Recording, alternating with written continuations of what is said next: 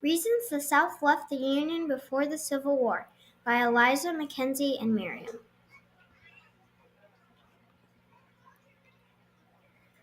Reasons the South left: state rights, slavery, Western states, and Abraham Lincoln.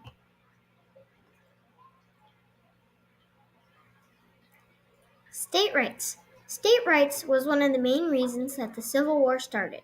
It had to do with federal government and state rights. State rights gave more power to the state. Federal government gave more power to the government. The South wanted state rights because if the states ruled, they could keep their slaves.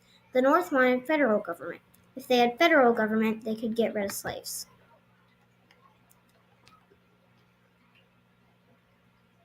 Slavery. The American Civil War was fought between southern and northern states of the United States.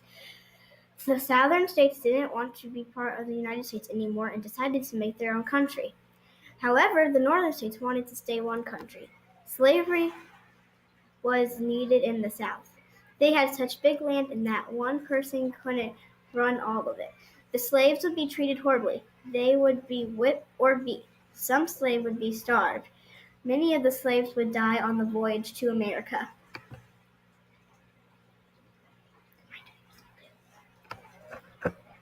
Western states. As there were more and more Western states added to the growing United States, the Southern states were worried that this would mean less power and voting rights. The more states that came, the less power was given to the South. The North would have more power and would win all the votes, including the ones about slavery. Abraham Lincoln. Abraham was the 16th president at the time of the Civil War. If you were in the northern state, your president would be Abraham Lincoln. But on the other hand, if you were from the southern state, your president would be Jefferson Davis. He was elected on November 6, 1861. Abraham at the time was trying to stop slavery. The army fought the forces of the U.S. government. The Civil War was threatened to break up the United States. This is our Civil War video.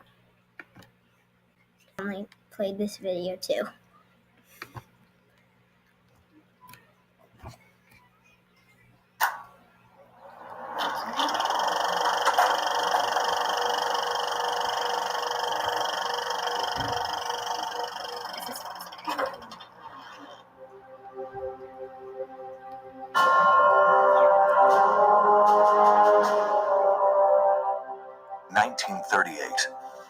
Old men and their families gather at Gettysburg, Pennsylvania.